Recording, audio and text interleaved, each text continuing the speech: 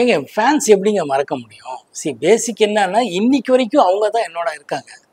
அவங்க சில நாட்கள் வரலாம், போகலாம், மீட் பண்ணாம இருக்கலாம். விஷயங்கள் வேற வேற, பிரையாரிட்டீஸ் வேற. ஸோ அப்படி போயிட்டு வரும்போது அவங்கள மறக்கவே முடியாது, மறக்கவும் மாட்டேன்.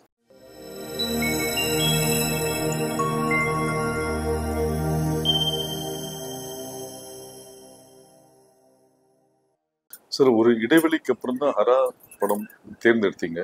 அந்த இடைவெளிக்கு என்ன காரணம்? நீங்க எதிர்பார்க்கிற ஒரு கதாபாத்திரமோ அமையாததுதான் காரணமா, இல்ல வேற ஏதாவது ரீசன்? எதிர்பார்க்குற மாதிரி திரைக்கதை இருக்கிற மாதிரி படங்கள் வராததான் காரணம். நம்ம ஏதோ ஒரு புதுசா இருக்கிற ஒரு கதை, புதுசுன்னா புதுசு இல்லை, நமக்கு புரிகிற மாதிரி, நமக்கு பிடிச்ச மாதிரி இருக்கிற மேட்டர் தான் வேற மாதிரி கொடுத்தா ஜனங்க பார்ப்பாங்கங்கிறதும் நாங்களே இப்போ நமக்கு பிடிக்கிற ஒரு விஷயத்த கொஞ்சம் அழகா வேற மாதிரி இட்லி கொடுத்தா, வேற மாதிரி தோசை கொடுத்தா, வேற ரெசிபி இல்லை, அது கொடுக்குற விதத்துலேயே நல்லா ஒரு கொடுக்குறதுல இன்ட்ரெஸ்டிங்காக எப்படி பார்க்க வைக்கிற மாதிரி, சாப்பிடணும்னு தோன்ற மாதிரி பண்ணுற மாதிரி தான் படங்கள் பற்றியும் நான் எதிர்பார்த்த மாதிரி வரல. வர வரைக்கும் வெயிட் பண்ணுவோம், ஒன்றும் பிரச்சனை இல்லை, ஹாப்பியாக இருப்போங்கிறதா இருந்தது. சார், இந்த கோவிட் அப்போ அந்த கோவிட் வந்தவங்க ஒரு செல்ஃப் குவாரண்டைன் பண்ணணும்னு இருந்தாங்க. ஸோ நீங்க இந்த வெயிட்டிங் பீரியடை இது ஒரு செல்ஃப் அனலைசிங் பீரியடா எடுத்துக்கிட்டீங்களா? அனலைசிங் இல்லை, இப்போ படங்கள் பார்க்கறது, பல வாய்ப்புகள் வந்த போதும் அது தள்ளி வச்சதுக்கான ரீசன் என்ன? இல்லை, ஓப்பனாக நம்ம டேரக்டர்கிட்டயே சொல்லுவேன். அப்போ அந்த வந்த டேரக்டர்கள்கிட்டையும் தயாரிப்பாளர்கிட்டையும் சொல்லியிருக்கேன், தப்பாக நினைக்காதீங்க, அடுத்த படம் பண்ணுவோம், இதில் உடன்பாடு இல்லைன்னு சொல்லி அனுப்புவேன். அதில் ஏன்னா அவரை டிசப்பாயிண்ட் பண்ணணுங்கிறது என்னோட நோக்கம் இல்லை, ஜெயிக்கணுங்கிறது மட்டும்தான் எனக்கு நோக்கம். அதனால் கூட்டணியாக ஜெயிக்கணுங்கிறது எனக்கு எப்போவுமே நம்பிக்கை உண்டு. கூட்டணியாக இருந்தால் தான் ஜெயிக்க முடியுங்கிறது எனக்கு நம்பிக்கை உண்டு. ஸோ அந்த மாதிரி ஒன்றும் வரலைங்கிறது தான் இருந்துச்சு. பட் அது டிசப்பாயின்மெண்ட்டும் இல்லை, அனலைஸ் பண்ணுற அளவுக்கும் இல்லை. வரும்போது பார்ப்போம். ஹரா படம் பற்றி ஒவ்வொரு பதிவிலையும் நீங்கள் குறிப்பிடுற ஒரு வார்த்தை இந்த படம் உங்களை எந்த விதத்திலையும் டிசப்பாயின்மெண்ட் பண்ணாது அப்படின்னு சொல்கிறீங்க. அப்படி சொல்லக்கூடிய ஒரு மெயின் யூஎஸ்பி என்ன விஷயம் சார் அந்த படத்தில்? இல்லை, ஒரு நம்பிக்கை தான். படத்தில் வேண்டிய ஃபைட்ஸோ சாங்ஸோ எமோஷ்னல் இதில் கனெக்ட் ஆகும்னு நான் நம்புகிறேன். அதனால் அப்படி சொல்லிகிட்ருக்கேன். இப்போது ஃபஸ்ட்டு டைட்டில் டீசர்லேருந்து பார்த்தீங்கன்னா, மீடியா ஆதரவாகட்டும், ரசிகர்கள் ஆதரவும் நல்லா இருக்குது. 2-3 பாட்டு ரிலீஸ் பண்ணியிருக்கோம், எல்லா பாடல்களுக்கும் நல்லா இருக்குது. அப்படியே டீசர் ஆகட்டும், ட்ரெய்லர் ஆகட்டும், எல்லாமே ரெஸ்பான்ஸ் நல்லாயிருக்கு. அதனால் இந்த படமும் டிசப்பாயிண்ட் பண்ணாதுன்னு தான் சொல்கிறேன். சார், உங்களோட லைஃப் கேரியரில் ஷூட்டிங்க்கு பல ஊர்களுக்கு, பல வெளிநாடுகளுக்கு பயணப்பட்டாலும் கோயம்புத்தூர் ஒரு முக்கியமான ஒரு விஷயமா இருக்கு. ஏன்னா உங்களுக்கு பல வெற்றி படங்களை தயாரித்த கோவை தம்பி கோயம்புத்தூர். ஒரு சின்ன இடைவெளிக்கு அப்புறம் வர ஹரா படம் ப்ரொடியூசர் கோவை சேர்ந்தவர், கோவை மோகன்ராஜ். இந்த படம் ஷூட்டிங் நடந்ததும் கோயம்புத்தூர். அந்த கோயம்புத்தூர் மக்களுக்கும் உங்களுக்கும் உண்டான நட்பு இது மட்டும் இல்லை, நீங்கள் இயக்குனர்கள் பேரை சொல்லலை. ஆர் சுந்தரராஜன் அவர்கள் கோயம்புத்தூர், பிடிச்ச இயக்குனர், பிடிச்ச ரைட்டர் அவரும் ஆகட்டும், நம்ம மணிவண்ணன் ஆகட்டும், இந்த மாதிரி நிறைய ரைட்டர்ஸ் டைரக்டர்ஸ் எல்லாம் அந்த ஊர்லேருந்து வந்தவங்க தான் என்னோடய வெற்றிக்கு காரணமாக இருக்கிறவங்கிறது சொல்கிறேன். ஸோ அங்கே மக்கள் பொதுவாகவே ரொம்ப அமைதியாக இருப்பாங்கங்கிறதும், ஊட்டிக்கு போகும்போது அங்கே இறங்கி அவங்களோட பழகின காலத்துலேருந்து இன்றைக்கி வரைக்கும் ரொம்ப ஹாப்பியாக எனக்கு அவ்வளோ ஆதரவு கொடுத்துட்ருக்காங்க. இந்த படத்துக்கும் அவங்க கொடுத்த ஆதரவு மிகப்பெரிய விஷயம். லொக்கேஷன்ஸ் ஆகட்டும், போலீஸ் டிபார்ட்மெண்ட் ஆகட்டும், நண்பர்கள் ஆகட்டும், எல்லாமே they have gone out of their way to help Haraa shooting. So அதனால எனக்கு கோயம்புத்தூர் கொஞ்சம் ஸ்பெஷலாக எப்போவுமே மனசில் இருக்கும். கோவை தம்பி சாருக்கு உங்களுக்கு உண்டான ரிலேஷன்ஷிப்? கோவை தம்பி சார் சொன்ன மாதிரி கோவை சேர்ந்தவர், என்னோட நிறைய ஹிட் படங்கள் தயாரித்த ப்ரொடியூசர். பயணங்கள் முடிவதில் ப்ரொடக்ஷன் ஆரம்பிக்கும் போது அரங்கநாயகம் சார், பொள்ளாச்சி ரத்னமன் சொல்லி இன்னொருத்தர் பேர், இந்த தயாரிப்பாளர் பேர் மறந்துட்டேன், மன்னிக்கும். இந்த 3 பேர் ப்ரொடியூசர்ஸு. கோவை தம்பி சார் அதை கரெக்டாக நிர்வாகம் பண்ணி அதுக்கப்புறம் motherland banner game under Kovai தம்பி சார். அவரோட நிறைய படங்கள் பண்ணியிருக்கேன், நிறைய வெற்றி படங்கள், நிறைய டேரக்டர்ஸ். இளையராஜா சார், இன்ஃபேக்ட் அவர் படத்தில் தான் லக்ஷ்மிகாந்த் பேரலல் மியூசிக்லேயும் படம் ஹிட்டெல்லாம் ஆச்சு. எப்பவுமே வெற்றி படங்களோட தயாரிப்பாளர் என்னோட முதலாளிங்கிறத நன்றி கடனாக இருப்பேன். சார் நீங்க ஏர்லியா ஒர்க் பண்ண நிறைய டைரக்டர்ஸ் இப்போ விஜய் ஸ்ரீ, வெங்கட் பிரபு, இந்த இவங்களுக்குள்ள இருக்க என்ன டிஃபரன்ஸ் பாக்குறீங்க? குவாலிட்டி ஆகட்டும், நாலேஜ் ஆகட்டும், நீங்க எப்படி பாக்குறீங்க? இல்லை, அப்டேட் ஆகுறது தான். ஒரு 10 இயர்ஸ் 15 இயர்ஸ்க்கு ஒரு generations of artist, producers, technicians வருவாங்க. அவங்க வரும்போதே ஒரு அப்டேட்டட் வெர்ஷன்ஸில் வருவாங்க. சொல்கிற விதமாகட்டும், அவங்களோட சூழ்நிலை, அவங்க படிக்கும்போது பழகும்போது நடந்த விஷயங்களை வச்சு அவங்க எப்படி விஷுவலாக கொண்டு வருவாங்கங்கிறது தான் முக்கியமான விஷயம். அந்த விஷயத்தில் விஜய் ஸ்ரீ ஆகட்டும், வெங்கட் பிரபு ஆகட்டும், இன்றைக்கி ரொம்ப அப்டேட்டட் வெர்ஷனில் எடுத்துகிட்ருக்காங்க. அது ரொம்ப ஹாப்பியாக இருக்குது. டிஜிட்டல் மோடில் ரொம்ப ஹாப்பியாக இருக்குது. உங்களோட ஃபிட்னஸ் சீக்ரெட்னா என்ன சொல்வீங்க? டிசிப்ளின். அதுதான் இப்போ சமீபத்தில் பாக்யராஜ் சார் சொல்லும் போது, சினிமாவில் வந்து பார்ட்டிகள் வந்து தவிர்க்க முடியாத ஒரு விஷயம். ஆனால் அந்த எல்லா பார்ட்டிக்கும் கலந்துக்கிற விஷயம் வந்து சினிமாக்குன்னு சில சம்பிரதாயங்கள் இருக்கு, அதில் எதுலையுமே வந்து மோகன் வந்து கலந்துக்க மாட்டாருன்னு சொன்னார். இது ஒரு ரீசனாக இருக்குல்ல? இல்லை, அது ஒரு ரீசன். பட் பொதுவாக ஒரு எதுவுமே டென்ஷனாக தலைக்கு எடுத்துக்கிட்டு ரொம்ப டென்ஷன் ஆக மாட்டேன். Because I always believe in God's grace, destiny. என்ன சொல்கிறதோ அதான் நடக்குங்கிற நம்பிக்கை இருக்கிறவன். இன்னொன்று, பேசிக்கலி மற்றவங்களுக்கு கொஞ்சம் போரு, நான் நல்லா இருக்கேன், கொஞ்சம் எக்ஸசைஸு, கொஞ்சம் சாப்பாடு, அதெல்லாம் கண்டினியூஸாக பண்ணுறதுனால கொஞ்சம் இப்படி இருக்கிறதுக்கும் என்னோடய டிஎன்ஏ, எங்கள் அப்பா அம்மாவுக்கு நன்றி, என்னோடய மனைவிக்கு நன்றி. தேங்க்யூ. ஃபேன்ஸ் கிட்ட நீங்கள் உங்களோட எக்ஸ்பெக்டேஷன் என்ன? ஆடியன்ஸ் கிட்ட உங்களோட எக்ஸ்பெக்டேஷன், கோ ஆக்டர், ப்ரொடக்ஷன் சைடில் உங்களோட எக்ஸ்பெக்டேஷன் என்னவா இருந்திருக்கு? எந்த படத்துக்கு? ஜென்ரலாக ஒன்று என்னோடய ஃபேன்ஸு ஒரு தரமான படம் கொடுப்பாருங்கிற ஒரு சின்ன நம்பிக்கை இருக்குது அவங்களுக்கு எல்லாம். அந்த நம்பிக்கை தான் டிசப்பாயிண்ட் ஆகாதுன்னு ஹரா படத்தை பற்றி சொல்லிகிட்ருக்கேன். ப்ரொடக்ஷனில் எப்படி கதையை நோக்கி போகிறதுனால ப்ரொடக்ஷன் டீம் ஆகட்டும், ப்ரொடியூசர் ஆகட்டும், கதைக்கு என்ன வேணுமோ அந்த செலவு பண்ணும்போது ரியலிஸ்டிக்காக இருக்குது, லைவோடு இருக்குங்கிறத படங்களில். சில மலையாளம் படங்கள் எல்லாம் நீங்களே சொல்கிறீங்க, அந்த படங்கள் எல்லாம் ஓடுறதுக்கு காரணம் கொஞ்சம் லைவாக இருக்குது, நம்ம லைஃபுக்கு கிட்டே இருக்குங்கிறது இருக்குது. அந்த மாதிரி படங்களில் நான் கொஞ்சம் விரும்பி நடிக்கணும்னு ஆசைப்படுறேன். ஸோ அந்த மாதிரி படங்கள் வரும்போது ரொம்ப ரசிக்கும்படியாக இருக்கு. சரி, பொதுவாக எல்லா நடிகர்களுக்கும் ஃபேன்ஸ்ன்றது ஒரு முக்கியமான விஷயம். அந்த ஃபேன் பேஸ்டு ரசிகர் மன்றம் இதை ஒரு ஒருங்கிணைச்சு பல நலத்தட்டு உதவிகள் பண்ணுறதுன்றது ஒரு நடைமுறையில் இருக்கிற ஒரு விஷயம். ஆனால் 80s ரொம்பவும் பிரபலமான இருந்த நீங்கள் முதல் முறையாக 2012 தான் அவங்கள சந்திச்சு ஒரு விஷயம் ஆரம்பிக்கிறதுக்கே அனுமதி கொடுத்தீங்கன்னு ஒரு தகவல் இருக்கு. பிளஸ் 2014 இன்னைக்கு வரைக்கும் உங்களோட பிறந்தநாள் மே 10ன்றதுனால ஒரு 10ஆம் தேதியும் உங்க ரசிகர்கள் வந்து நலத்திட்ட உதவி பண்றாங்க. வருஷம் மே 10க்கு பல நலத்திட்ட உதவி பண்றாங்க, அதை நீங்க கலந்துக்கிறீங்க. இவ்வளவு தாமதமாக இருந்தாலும் அப்டேட்டடா பண்ணிட்டு இருக்கீங்களே, அது என்ன ரீசன்? இல்லை, மே 12 என்னது, மே 10 பிப்ரவரி 2014 முன்னாடியிலேருந்தே பண்ணிட்டு இருக்காங்க. சோஷியல் மீடியா அவ்வளோ கேச்சிங்காக இருக்கல, டிஜிட்டல் மோடெல்லாம் வந்தது 2000க்கு அப்புறம் தான். அதுக்கு முன்னாடியிலேருந்து அவங்க பண்ணிகிட்டே இருக்காங்க. அவ்வளோ பெரிய பரபரப்பு பேசலை. என்ன மாதிரியே என்னோட ஃபேன்ஸும் அது டெய்லி போட்டு அது விளம்பரப்படுத்தணும் அதுன்றது அவங்களுக்கும் அவ்வளோ உடன்பாடு இல்லை. நான் பண்ண புண்ணியம் எனக்கு இப்படி ஒரு பொக்கிஷமாக ஃபேன்ஸ் கிடச்சிருக்கிறது. அவங்களுக்கு எப்போவுமே நன்றி. ஸோ ஒரு ஃபேன் வந்து ரொம்ப வருஷம் கழிச்சு சந்திக்க வரார், உங்களை கழிச்சு ரொம்ப வருஷமா ஃபாலோ பண்ணிட்டு இருக்கவர் சந்திக்க வரார். அப்போ கூட இருக்கவங்க சொல்றாங்க, நீங்க போய் சந்திக்காதீங்க, உங்களுக்கு அவர் ரொம்ப பிடிக்கும், அவருக்கு உங்களுக்கு ரொம்ப பிடிக்கும்னு சொல்றீங்க, அவர் உங்க பேர் கரெக்டா சொல்றாரான்னு பார்க்கலான்ற போது லிஃப்ட் திறந்து வந்து நீங்க அவர் பேரை வந்து இன்னும் கருணாகரன் எப்படி இருக்கீங்க அப்படின்ற மாதிரி ஒரு விஷயம் நடந்ததா ஒரு பதிவு இருக்கு. அதோட பேக்ட்ராப் என்ன? ஏங்க, ஃபேன்ஸ் எப்படிங்க மறக்க முடியும்?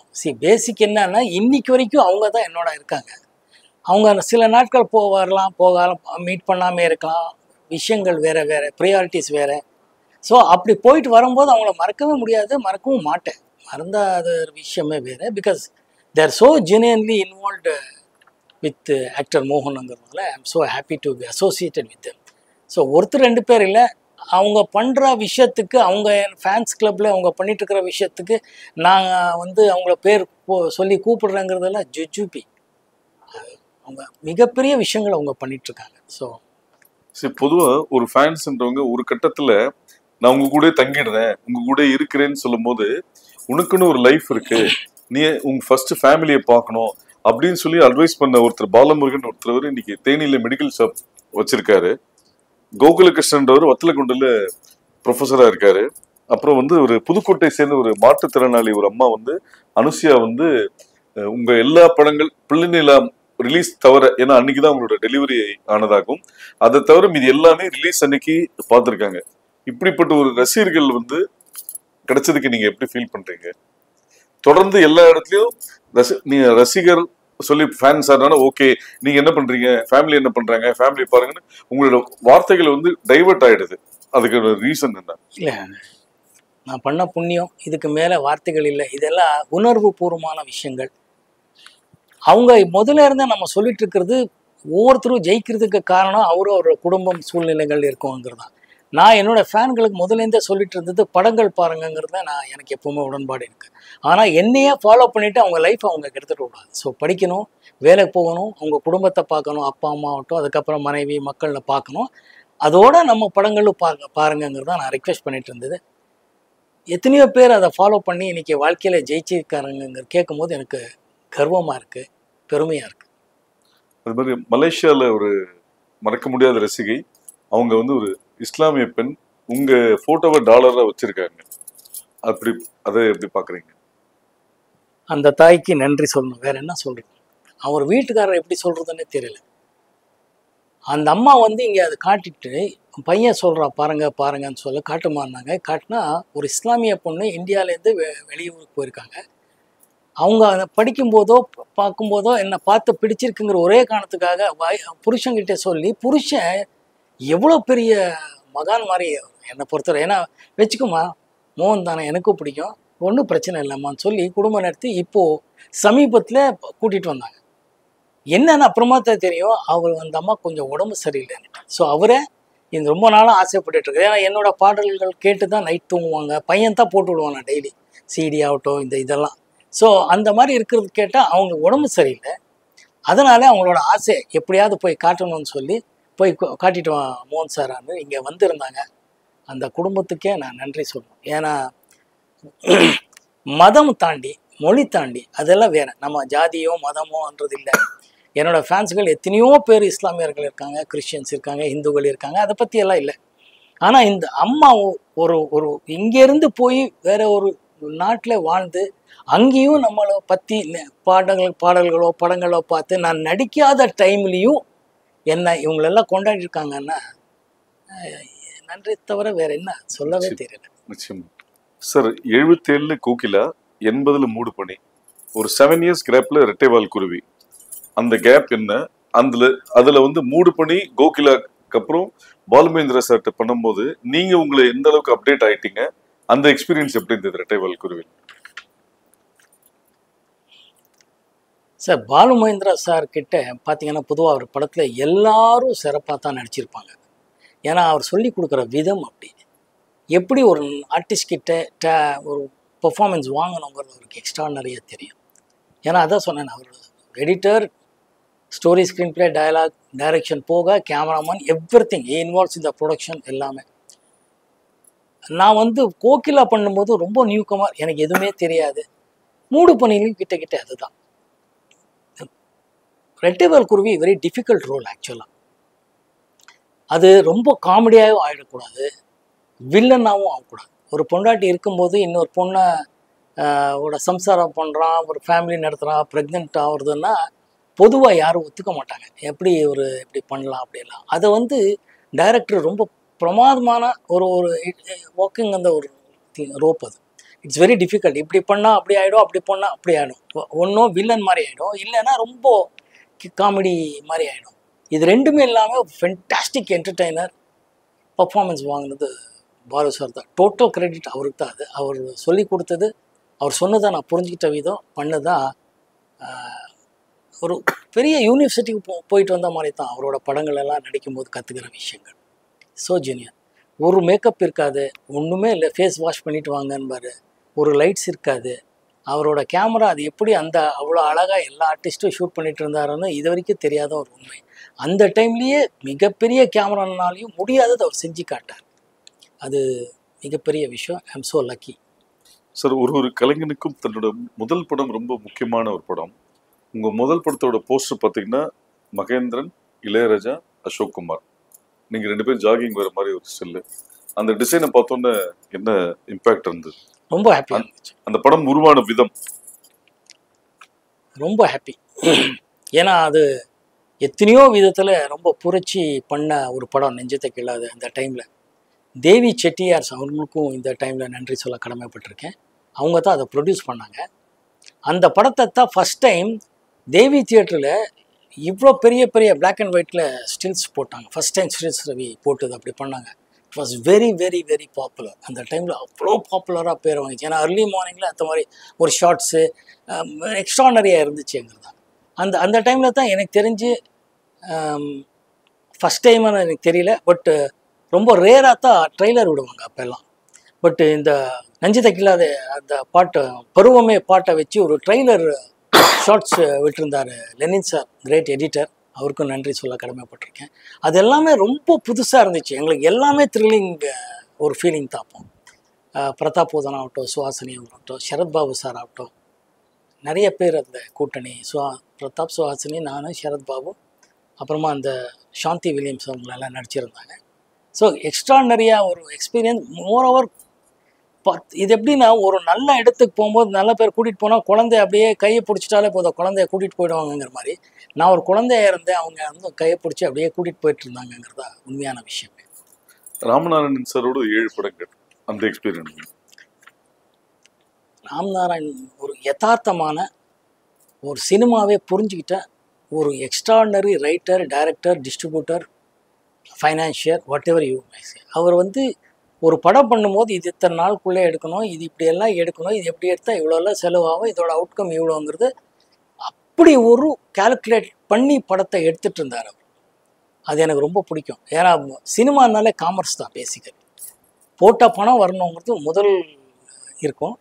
அதில் பேர் புகழும் எவ்வளோ பெரிய சக்ஸஸ் பண்ணணுங்கிறதெல்லாம் இருக்குது. ஒரு சில பேர் ப்ரொடியூசர்ஸ் எல்லாம் பொதுவாக என்ன பண்ணுவாங்கன்னா, எவ்வளோ பணம் செலவு பண்ணி அதுலேருந்து சக்ஸஸ் பண்ணணுங்கிறது இருக்குது. அது ஒரு சார்பான ஒரு type of film making. But Ramnarayan என்றைக்குமே அவர் அப்படி பண்ணவே இல்லை சார். சார் வந்து 100 படங்கள் மேலே இயக்கிய ஒரு டைரக்டர்னா சாதாரணமான விஷயமே கிடையாது. It's not a joke. மிகப்பெரிய சாதனையாளர். அவரோட அத்தனை படங்கள் ஒர்க் பண்ணங்கிறதுல ரொம்ப பெருமையாக இருக்குது எனக்கு. அவர்கிட்ட நிறைய கற்றுக்கணும். சினிமாவுக்கு என்ன தேவை, சீனுக்கு எவ்வளோ தேவைங்கிறது அவர்கிட்ட தான் கற்றுக்க வேண்டிய ஒரு நல்ல விஷயம். சார், அந்த காலகட்டத்திலே நலம் நலமறி ஆவல், சாந்தி முகூர்த்தம் 2 லேடி டைரக்டர்ஸ் கூட ஒர்க் பண்ணியிருக்கீங்க, ஜெயதேவி, ஸ்ரீபிரியா மேடம். அந்த ஸ்கிரிப்டை செலக்ட் பண்ணதுக்கான ரீசன்? இல்லை, ஸ்கிரிப்ட் போக நலம் நலமறை ஆவல் வந்து பிரபாகர், இப்போது வேலு பிரபாகரன் அவர் பேர், அவர் கேமராமேன். அவருக்காகத்தான் அந்த படமே பண்ணேன். அவர் மிகப்பெரிய டெக்னீஷியன். அந்த டைமில் ஒரு எக்ஸ்ட்ராடனரி இனோவேட்டிவ் ஐடியாஸ் வச்சுருக்கிற ஒரு கேமராமேன் கம் டைரக்டர். ஆக்சுவலி அவருக்காகத்தான் பண்ணேன். ஸ்ரீதேவி, நாங்கள் இண்டஸ்ட்ரியில் வரும்போது ஸ்ரீதேவி ஆகட்டும், ஸ்ரீபிரியா ஆகட்டும், ஸ்ரீவித்யா ஆகட்டும், இவங்களெல்லாம் நமக்கு சீனியர்ஸ். அவங்களெல்லாம் பார்த்து ரசித்து வந்தவங்க. ஜெயசுதா ஆகட்டும், அவங்களெல்லாம் அவங்க வந்து கான்ஷீட் கேட்கும்போது அவங்க ஒரு டீமுக்கு ஒரு படம் பண்ணணும் போது வைநாட்னு சொல்லி கொடுத்ததான் சாந்தி முகூர்த்தம் கான்ஷீட். சார், அந்த காலகட்டத்தில் எல்லா நடிகர்களுக்கும் கலைஞரோட ஒரு படத்தாவது கதைவசத்தை நடிக்கணும்னு ஒரு ஆசை இருக்கும். உங்களுக்கு அது மாதிரி பாசப்பறவைகள்னு ஒரு படம் வந்து அதில் நீங்கள் உங்கள் சொந்த குரலில் பேசி நடித்து அது பெரிய ஹிட் ஆச்சு. அந்த கலைஞர் வசனம் பேசிய அனுபவம் ப்ளஸ் கலைஞரை சந்தித்த போது உங்களுக்கு கொடுத்த ஃபீட்பேக்? கலைஞர் ஐயாவை நான் கோபால்புரம் லாய்ட்ஸ் ஸ்டூடியோவில் தங்கியிருக்கும் போது கோபால்புரமில் அவர் வீடு போகிறது உண்டு, பேசுகிறது உண்டு. ஏன்னா எம்ஜிஆர் சிஎம்மாக இருக்கும்போது நான் ஐ ஷிஃப்டட் டு கோபால்புரம் லாய்ட்ஸ் ரோடில். அப்போவே அவர் வீட்டுக்கெல்லாம் போய் முரசொலி செல்வம் ஆகட்டும், அமிர்தம் ஆகட்டும், செல்வியம் ஆகட்டும், இவங்களெல்லாம் எனக்கு நல்லா தெரியும். முரசொலி மாறன் அவர்கள் ஆகட்டும் எல்லாம். அவர் 88, 89 சிஎம் ஆகிறார். 89 அந்த எம்ஜிஆர் பீரியடுக்கு அப்புறம்.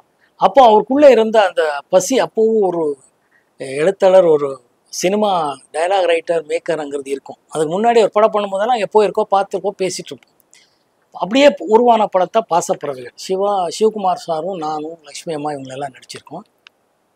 அது போஸ்ட் ப்ரொடக்ஷன் நடக்கிறதுக்கு முன்னாடி அவர் வீட்டில் ஒரு நாள் பேசிகிட்டே இருக்கோம். இப்படி பேசிட்டு போது டப்பிங்கு குரல் பேசணும் அப்படி இப்படின்னும் போது அவர் கேட்டார், யாருக்கு அப்படின்னாரு ஐயா. அப்போ நம்ம செல்வம் இவங்களெல்லாம் இருக்கும்போது மோகன் சார் தான் பேசணும் இல்லையானாரு. ஏன் இருந்தார். இல்லை பொதுவாக நடிக்கிறாரு, அவர் பேசுகிறாரு. ஏன்னா உங்களுக்கு நல்லா தானே பேசுகிறாரு, ஏங்க உங்களுக்கு எதாவது பிரச்சனை? எனக்கு இல்லை சார், வாய்ப்பு கொடுத்தா கண்டிப்பாக நான் பேசுகிறேன். இவரே பேசிட்டோங்க, சென்டிமெண்ட்டாவது இது இவர் பேசிட்டோம் அப்படின்னார். அன்றைக்கி அவர் கொடுத்தேன். ஏன்னா ப்ரொடியூசர் டைரக்டர் ஒத்துக்கிட்டா தான் நம்ம பேச முடியும். அவர் சொல்லி பேசின படம் 100 நாள் மேலே போன படம். படம் நல்லா இருந்துச்சு, என்னையும் ஏற்றுக்கிட்டாங்க, என் குரலையும் ஏற்றுக்கிட்டாங்க. கலைஞர் பர்சனலாக சொன்ன விஷயங்கள் என்ன பாராட்டி அவர்? இல்லை, அவரோட ஷார்ப் மைண்டு தான் எனக்கு எப்போவுமே பிடிக்கும். அவர் நகைச்சுவையாக இருந்தாலும் 10 பேர் வந்தாலும் 10 பேர்கிட்ட பேசிட்டு இருந்தாலும் அவர் ஃபோக்கஸ் ஆகட்டும் மீதி எல்லாமே அவ்வளோ பிளானிங்கில் இருப்பார். அது ஒரு சாதாரணமான விஷயம் இல்லை.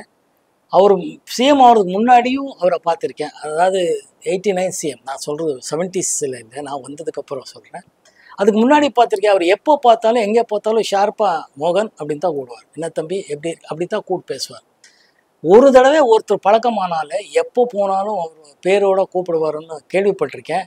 அது என் முன்னாடி என் லைஃப்லையும் நடந்திருக்கு. பல பேருக்கு அப்படி கூப்பிட்டு பேசுகிறது உண்டு.